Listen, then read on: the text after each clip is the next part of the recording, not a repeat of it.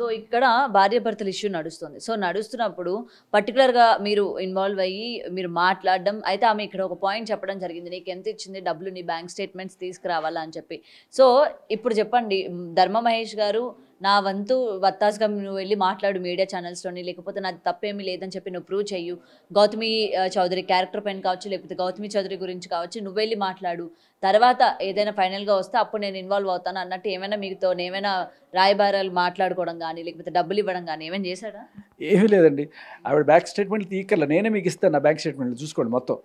ఒక్క పైసా ఏ రోజు కూడా ఇట్లనే కాదు రాజ్ తరుణ్ కావచ్చు ఎవరి గురించి కాదు అసలు ఎవరి నుంచి తీసుకోవాల్సిన అవసరం లేదు. నేను ఒక పోరాటం చేస్తున్నాం మగవాళ్ళ హక్కుల కోసం ఎస్పెషల్లీ 498A అండ్ అలాగే తప్పుడు ఫేక్ అత్యాచార కేసులు పెట్టి వాళ్ళ దగ్గర నుంచి డబ్బులు గుంజే ప్రయత్నాలు చేస్తున్నారు.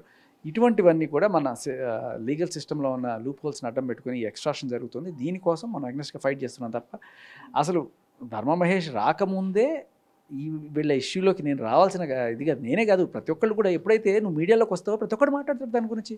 ఇవి వచ్చి ఏవో మాట్లాడుతుంది వాళ్ళ అమ్మ అంటది వాళ్ళ నాన్న అంటది వాళ్ళ అమ్మ హీరోయిన్లతో ఈయనకి పక్కలేశారు అని చెప్పి ఆయన వాళ్ళ అమ్మని తిట్టింది. వాళ్ళ చెల్లెలు ఏదో డ్రగ్స్ అని చెప్పి లేకపోతే ఇంకోటి ఏదో వాళ్ళ చెల్లెలను అక్కడ ఏదో మాట్లాడింది.